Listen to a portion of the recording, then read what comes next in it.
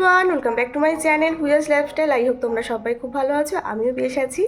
তো প্রথমে সবাইকে জানাই ভেরি গুড মর্নিং। তো দেখো সকাল সকাল রেডি হয়ে নিয়েছি, কারণ একটাই ঘুরতে যাচ্ছি বলছে তারকেশ্বর যাওয়া ছিল। খুব অনেকদিন ধরেই প্ল্যান হচ্ছে যাবো যাবো, তবে যাওয়া হচ্ছে না।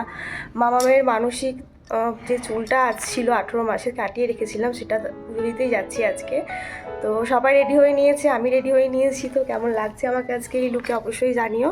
তো এখন বেরাবো, তো চলো আজকের ব্লগটার সাথে থাকো। আশা করছি তোমরা সবার খুব ভালো লাগবে, তো ব্লগটা দেখতে থাকো। আর তো কে কে যাচ্ছে অবশ্যই নিচে গিয়ে শেয়ার করছি। একটু তাড়াতেই আসি, যার জন্য ইন্ট্রোটা একটু তাড়াতাড়ি দিতে হচ্ছে। তো চলো বেরিয়ে আবার দেখা হচ্ছে তোমাদের সাথে। ফাইনালি আমরা সবাই মিলে কিন্তু একেবারে বেরিয়ে পড়লাম রেডি সেডি হয়ে। আর ওদিকে মা গেটে তালা দিচ্ছিল, আর আমার বাবা মা কিন্তু কালকে রাতেই আমাদের বাড়িতে এসেছিল, যেটা তোমার সাথে শেয়ার করা হয়নি, যেহেতু কোনো ব্লগ শ্যুট করিনি এই কদিন, তার জন্যই। তো দেখো এখন সবাই মিলে রওনা দিয়ে দেবো, কারণ অনেকটাই দেরি হয়ে গেছে, আর একটু সকালে বেরোলে হয়তো ভালো হতো। তো যাই হোক, দেখো পেছনে হচ্ছে আমার দুই মা আর তোমাদের দাদা ভাই, আর বাবারা আগেই বেরিয়ে গেছিলো, গাড়ির কাছে বাবারা দাঁড়িয়েছিল। তো যাই হোক, ঠাকুরের নাম নিয়ে কিন্তু বেরিয়ে পড়লাম। আর এই যে আমাদের গাড়ি। আর আজ আর কে কে যাচ্ছে আমাদের সাথে সেটাও তোমাদের সাথে শেয়ার করছি। আস্তে আস্তে পুরো ব্লগটা দেখতে থাকলে জানতে পারবে আর কে কে যাচ্ছে আমাদের সাথে। তো দেখো গাড়ি তো চলে এসেছি, এবার কিন্তু সবার গাড়িতে ওঠার পালা, কারণ অনেকটাই লেট হয়ে গেছে আমাদের বেরাতে। না জানি ওখানে পৌঁছাতে কতক্ষণ লাগবে, কারণ এখান থেকে কিন্তু ম্যাক্সিমাম 2 থেকে আড়াই ঘন্টা তারকেশ্বর যেতে লাগবেই। তো যাই হোক, একে একে সবাই উঠে পড়ছে গাড়িতে, এরপর কিন্তু আমিও উঠে পড়বো। আর রাস্তা থেকে রিজু আর দিদি উঠবে, ওরাও আসছে, ওরা হাফ রাস্তা অবধি আসবে, তারপর কিন্তু আমরা ওদেরকে রাস্তা থেকে গাড়িতে ড্রপ করে নেবো, কারণ অনেকটা লেট হয়ে গেছে।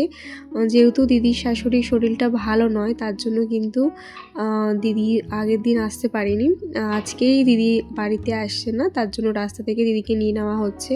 তো যাই হোক, দেখো এরপর কিন্তু ঠাকুরের নাম নিয়ে আমরা তারকেশ্বর যাওয়ার জন্য একেবারে বেরিয়ে পড়লাম, বাবা তারকনাথের নাম নিয়ে।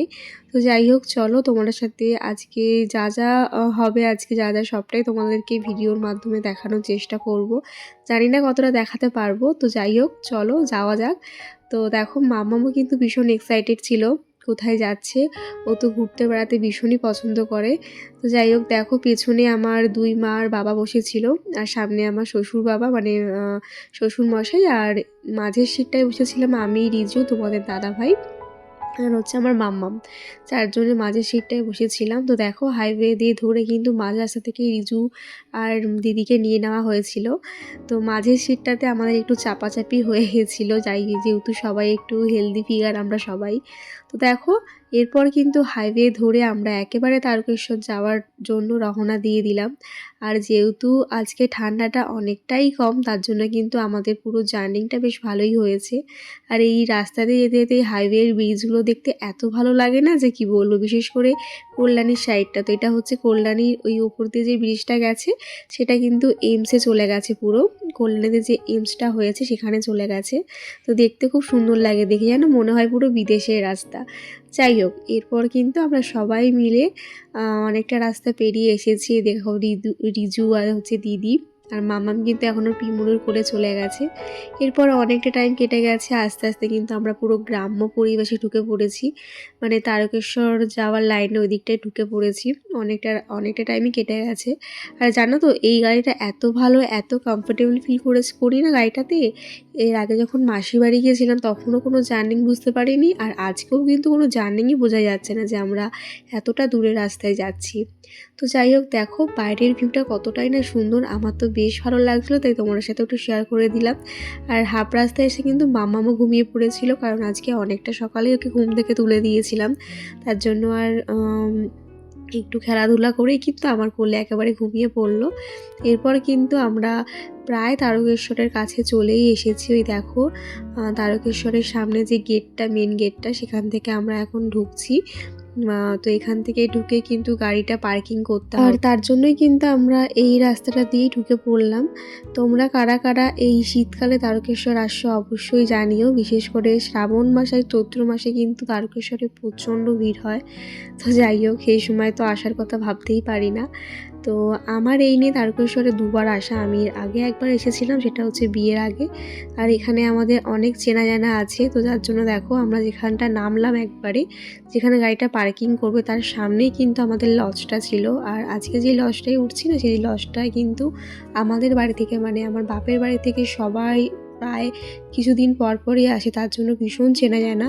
আর এখান থেকেই কিন্তু ওরা আমাদেরকে সব কিছু মানে পুরোহিত টুরোহিত সব ওরাই ঠিক করে দেবে। তো যাই হোক দেখো আমরা তো ঢুকে পড়লাম। আর এখন যে রুমটায় আমরা থাকবো আর কি, মাত্র 1 থেকে 2 ঘন্টা থাকবো, সে যেখানে ব্যাগপত্র রেখে পুজো দিতে যাবো সেই রুমটাই আমাদেরকে এখন নিয়ে যাচ্ছে। যদিও রুমটা মোটামুটি রেস্ট নেওয়ার জন্য ঠিকঠাকই আছে, অত মানে এখানে তো আর বেশিক্ষণ স্টে করবো না, কিছুক্ষণই থাকবো, তো তার জন্য একদম পারফেক্ট রুমটা। দেখো এরকম দুটো মানে একটা বেড ছিল, যাকে বলে চৌকি আর কি। তো এখানে এখন ব্যাগপত্র রেখে আমরা একটু ফ্রেশ হয়ে চলে যাবো পুজো দিতে যাওয়ার জন্য। আর দেখো আমাদের ব্যালকনি থেকেই কিন্তু একেবারে মন্দিরের ভিউটা দেখতেই পাচ্ছ তোমরা, একেবারে মন্দিরের সামনেই আমাদের লজটা ছিল। তো যাই হোক চলো এবার গুছিয়ে টুছিয়ে যাবো কিন্তু পুজো দেওয়ার জন্য, তো চলো ব্লগটার সাথে থাকো। ফাইনালি চলে এসেছি আমরা তারকেশ্বর। দেখো আমাদের হোটেল থেকে ভিডিও তারকেশ্বরের ভিউ। এখন একটু ফ্রেশ হবো, তারপরে হচ্ছে পুজো দিতে যাবো।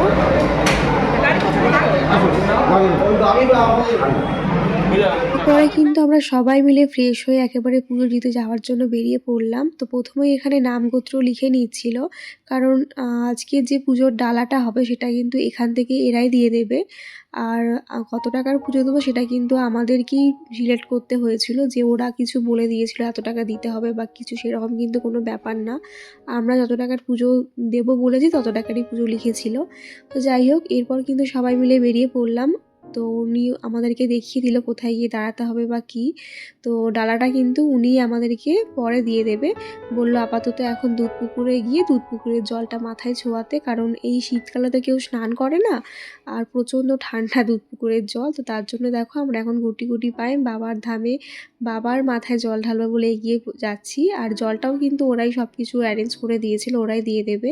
আমাদেরকে বললো তোমরা দুধ পুকুর থেকে জলটা মাথায় ছিটিয়ে তারপরে লাইনে দাঁড়াও, লাইনের কাছে গেলে আমরা তোমাদের হাতে পুজোর ডালাটা বা ঘরটা দিয়ে দেবো।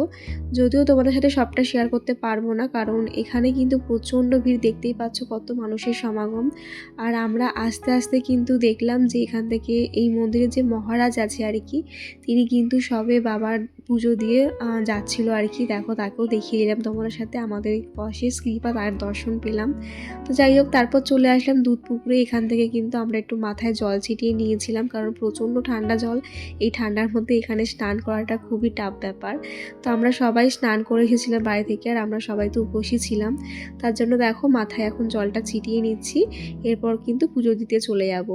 যেহেতু প্রচণ্ড লাইন, প্রচণ্ড ভিড়, তার জন্য কিন্তু আমাদেরকে স্ট্রিক্টলি বারণ করে দিয়েছিল যে কোনো সোনার জিনিস পরে মন্দিরের ভেতরে না যেতে, আর ফোনটা ঘরে রেখে যেতে, কারণ ওখানে কিন্তু ফোনও চুরি হয়ে যায় আর সোনার জিনিসপত্রও কিন্তু চুরি হয়। যাই হোক প্রচুর ভিড়, এত ভিড়ের মধ্যে পড়লে আমরা খুঁজেও পাবো না, তার জন্য কিন্তু আমি পুরোটা তোমার সাথে শেয়ার করতে পারলাম না, দেখতেই পাচ্ছ কত ভিড়। তো মাঝ রাস্তায় কিন্তু তোমার দাদাভাই রুমে গিয়ে আমার ফোন আর সোনার জিনিসগুলো রেখে এসেছিলো ঘরে। তো যাই হোক সবটা তোমার সাথে এই ভিডিওতে দেখাতে পারলাম না কীভাবে পুজো দিয়েছিলাম বা কী। তারপর কিন্তু পুজো টুজো দিয়ে আমরা চলেও এসেছিলাম, আর ভীষণ ভালো মতন পুজো দিয়েছি। যে পুরোহিত ছিল সে একেবারে মন্ত্র পড়িয়ে ভীষণ ভালোভাবে পুজো দিয়েছিল। ফাইনালি পুজো দেওয়া হলো। এত ভিড় যে কি বলবো, ফোনটা ঘরে রেখে গেছিলাম, ওখান থেকে তোমার দাদাভাইকে দিয়ে পাঠিয়ে দিয়েছিলাম। সবার হয়ে গেছে, সবাইকে দেখাচ্ছি। ভীষণ ভালোভাবে পুজো দেওয়া হয়েছে আমাদের। প্রথমবার বাবার ধামে এসে এত সুন্দর করে পুজো দিয়ে এত ভালো লাগছিল না যে কি বলবো। যে পুরোহিত ছিল আর কি, তিনি কিন্তু আমাদেরকে একেবারে ভেতরে ঢুকিয়ে মন্ত্র পড়িয়ে ভীষণ ভালোভাবে পুজো দিয়েছে। আর আমার মামামের চুলটাও কিন্তু বাবার মাথায় ঠেকিয়ে দিয়ে ভীষণ ভালোভাবে, মানে মন একেবারে খুশি হয়ে গেছিলো আমাদের। তো যাই হোক দেখো এরপর কিন্তু আমরা একটু ফটোশ্যুট করে নিলাম সবাই মিলে। আর এদিকে রিসেন্টলি রিজুর বার্থডে গেছিলো, তার জন্য রিজুর বাড়িতে যেতে পারিনি, তাই দেখো রিজুর জন্য একটা কেক বানিয়ে এনেছিলাম। তো আজকে এই রুমে কিন্তু রিজুর বার্থডেটা সেলিব্রেশন হচ্ছে। রিজু তো ভীষণভাবে খুশি হয়ে গেছিলো, আর রিজুর জন্য কিন্তু গিফটও কিনেছিলাম, সেইগুলো তোমাদের সাথে শেয়ার করা হলো না। তো তো যদি কোনো দিন সম্ভব হয় তো অন্য একদিন শেয়ার করে দেবো। তো যাই হোক দেখো এখন মাম্মাম আর রিজু মিলে কিন্তু রিজুর বার্থডে কেকটা কাটছে। এই কেকটা কিন্তু আমিই বানিয়েছিলাম, খেতে কিন্তু দারুণ হয়েছিল। তো যাই হোক প্রথমে তো পুজো টুজো দিয়ে এসে চরণামৃত্যুর প্রসাদটা খেয়ে আমাদের উপোসটা ভাঙলাম। তারপর কিন্তু এখন রিজুর বার্থডেটা সেলিব্রেশন হলো। আর এরপর কিন্তু এখন আমরা বেরিয়ে পড়ছি লাঞ্চ করতে যাওয়ার জন্য, কারণ অনেকটাই বেলা হয়ে গেছে, সবার প্রচণ্ড খিদে পেয়ে গেছিলো। আর তোমরা যারা পুজো দিতে আসবে তারা কিন্তু এই টাইমটা আসতে পারো, ভীষণ ভালোভাবে পুজো দিতে পারবে। সকাল 8টা থেকে 9টা অবধি একবার পুজো দেওয়া হয়, আর 11টা থেকে তারপরে 1টা অবধি মন্দির খোলা থাকে, সেই সময়টা তো ভালো পুজো হয়। তো যাই হোক আমরা কিন্তু এরপরে চলে যাচ্ছি হোটেলের দিকে, যেখানে আমরা আজকে লাঞ্চটা করব। তো প্রচণ্ড খিদে পেয়েছিল, হোটেল আর খোঁজা সেরকম হয়নি, তাই দেখো এই হোটেলটাতেই চলে আসলাম, সামনে যে হোটেলটা পেলাম। তো এখানে এসে না আমরা সবাই ঠিক করেছিলাম যে আমরা আজকে ভেজ আইটেম খাবো, নিরামিষ খাবো। তবে এখানে এসে শুনলাম যে নাকি এখানে নিরামিষ পাওয়া যায় না, এখানে নাকি মানে আমিষ খাবার দাবার পাওয়া যায়। তো যেহেতু বসে পড়েছিলাম আর সবার খিদে পেয়ে গেছিলো, তাই কিন্তু লাস্টে আমাদের বাধ্য হয়ে আমিষ খাবারটাই অর্ডার দিতে হলো। তো দেখো এখানে রিজু দিদি সবাই একটু ফটোশ্যুট করে নিচ্ছিল। তো দেখো আমাদের থালিটাও দিয়ে দিল। তো আজকে লাঞ্চ থালিটা ছিল হচ্ছে ভেজ ডাল, আলু চিপস, ছিল হচ্ছে এঁচোড় চিংড়ি, আর হচ্ছে কাতলা মাছের কালিয়া, সাথে হচ্ছে চাটনি। প্রতিটা খাবার এত ভালো হয়েছিল না যে কি বলবো। আর প্রচণ্ড খিদে পেয়ে গেছিলো সবার, তার জন্য কিন্তু আমরা সবাই মিলে মানে মন ভরে খেয়েছি যাকে বলে। তো খাবার দাবারের কোয়ালিটিও ভীষণ ভালো ছিল, আর ভীষণ ভালো ছিল, মানে ভীষণ টেস্টফুল হয়েছিল খাবারগুলো। ওইদিকে দেখো বাবা মা ওরা ওইদিকে টেবিলটায় বসেছিল, এদিকে টেবিলটাতে আমি, রিজু আর দিদি আর তোমাদের দাদাভাই বসেছিলাম। তো অনেকটা বেলা হয়ে গেছিলো, তাই জন্য কিন্তু সবাই মিলে খেয়ে নিচ্ছি। আর এখানে আসার আগে মামামকেও খাইয়ে নিয়েছিলাম, কারণ ওর তো খিদে পেয়ে গেছিলো, অনেক সকালে খেয়ে এসেছে। তো যাই হোক তারপর দেখো বাবাদেরকেও দেখিয়ে দিলাম, বাবারা ওখানে খাচ্ছিল। বাবা আমাকে বলছে আমাদের দেখেছিস, তোদেরকে দেখাচ্ছিস? এরকম না না তোমাদেরকেও দেখাচ্ছি। তো যাই হোক আজকে তারকেশ্বরের এই সুন্দর মুহূর্তটা যে কাটাবো সত্যি ভাবতে পারিনি। সবথেকে বড় কথা বাবার কাছে এত সুন্দর করে পুজো দিতে পারবো সেটাই ভাবতে পারিনি। অনেকবার তারকেশ্বরে এসেছি, মানে এই নিয়ে দুবার আসলাম। প্রথমবার যখন এসেছিলাম এত ভালো করে পুজো দিতে পারিনি, তবে এবারে পুজোটা দিয়ে না মনটা ভীষণভাবে হ্যাপি হয়ে গেছিলো। আর মামামকেও কিন্তু ভেতরে নিয়ে গেছিলাম। তো যাই হোক দেখো এখন খেয়ে নিচ্ছি, কারণ অনেকটাই বেলা হয়ে গেছে, প্রায় 3টে মতন বাজছে। তো যাই হোক তারপর কিন্তু খাওয়া দাওয়ার করার পরে একটু চলে আসলাম মেলা ঘুরতে। আর সত্যি কথা বলতে অনেক সকালে উঠেছি তো, তাই আজকে একেবারে এনার্জি নেই পুরো মেলাটা ঘোরার। তাই সামনে এই দোকানটা থেকেই কিছু কুচকাচ কেনাকাটি করে নিলাম। আর প্রতিটা তীর্থস্থানেই কিন্তু জিনিসপত্রের প্রচুর দাম। যাই হোক এখানেও প্রচুর দাম ছিল, তবে তীর্থস্থানে এসেছি কারোর জন্য কিছু নেবো না সেটা তো হয় না, তাই ফুটকাট কিছু জিনিস কিনে নিলাম। তো যাই হোক দেখো এখন সবার জন্য কিছু জিনিস কেনা হচ্ছে, সবাই মিলে কিনছে আর কি। তো এখান থেকে সব জিনিসপত্র কেনা হচ্ছে। এরপর কিন্তু রুমে গিয়ে আমরা বাড়ির জন্য বেরিয়ে পড়বো, কারণ দিদি আবার বাড়ি ফিরবে, মানে আমাদের বাড়িতে যাবে না, দিদি শ্বশুর বাড়িতে যাবে। যেহেতু দিদির শাশুড়ির পায়ে লেগেছে, অপারেশন হচ্ছে, তার জন্য দিদি এখন স্টে করতে পারবে না আমাদের বাড়িতে। তো দেখো মাম্মাম কিন্তু এই ডুগডুগিটা নিয়েছে ওর দিদুনের থেকে, আর রিজুও নিয়েছে একটা। তো যাই হোক আমাদের কেনাকাটি হয়ে গেছে প্রায়, এবার কিন্তু আমরা রুমের দিকে এগিয়ে যাব। রুমে গিয়ে কিন্তু একটু গোছগাছ করে কিন্তু আমরা বেরিয়ে পড়বো বাড়ি যাওয়ার জন্য। তো সত্যি এইটুকু টাইম এত ভালোভাবে কাটাবো ভাবতে পারিনি। তো দেখো তোমার দাদাভাই বলছে আজকের দিনটা ভীষণ ভালো মতন কাটলো, সত্যি ভীষণ ভালো কেটেছে। আর সত্যি কথা বলতে পুজোটা যার জন্য এসেছিলাম, পুজোটা যে এত সুন্দর করে দিতে পারবো এটাতেই আমরা খুশি হয়েছিলাম, মানে সবার মন ভরে পুজো দিয়েছি যাকে বলে। তো দেখো সবাই মিলে এখন রুমের দিকে এগিয়ে যাচ্ছে। এই হচ্ছে দিদি, আগে বাবা মারা এগিয়ে গিয়েছিলো। তো দেখো আমাদের প্রসাদগুলো কিন্তু প্যাক করে দিচ্ছে। তো যে যেরকমভাবে পুজো দিয়েছিল, আর ওই হচ্ছে পুরোহিতটা যে আমাদেরকে নিয়ে গেছিলো পুজো দিতে, তিনি কিন্তু ভীষণ ভালোভাবে পুজো দিয়েছিল। কোথায় ফেলবে এখন? হয়ে গেছে, আমরা এখন বেরিয়ে যাচ্ছি, কারণ গাড়ি দাঁড়িয়ে আছে, তারা দিচ্ছে সবাই। টাটা করে এখন যাই, বাড়ি যাওয়ার পালা। এ ওনা লটাচ্ছে।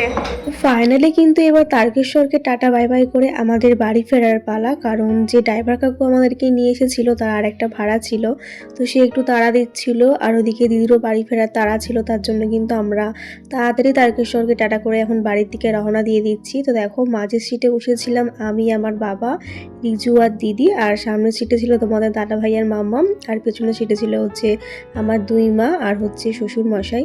তো সবাই মিলে বসে কিন্তু এবার তারকেশ্বরকে টাটা করে আমরা বেরিয়ে পড়ছি, কারণ অনেকটাই বেলা হয়ে গেছে, বলতে বলতে এখন ঠিক 3টে মতন বাজছিল।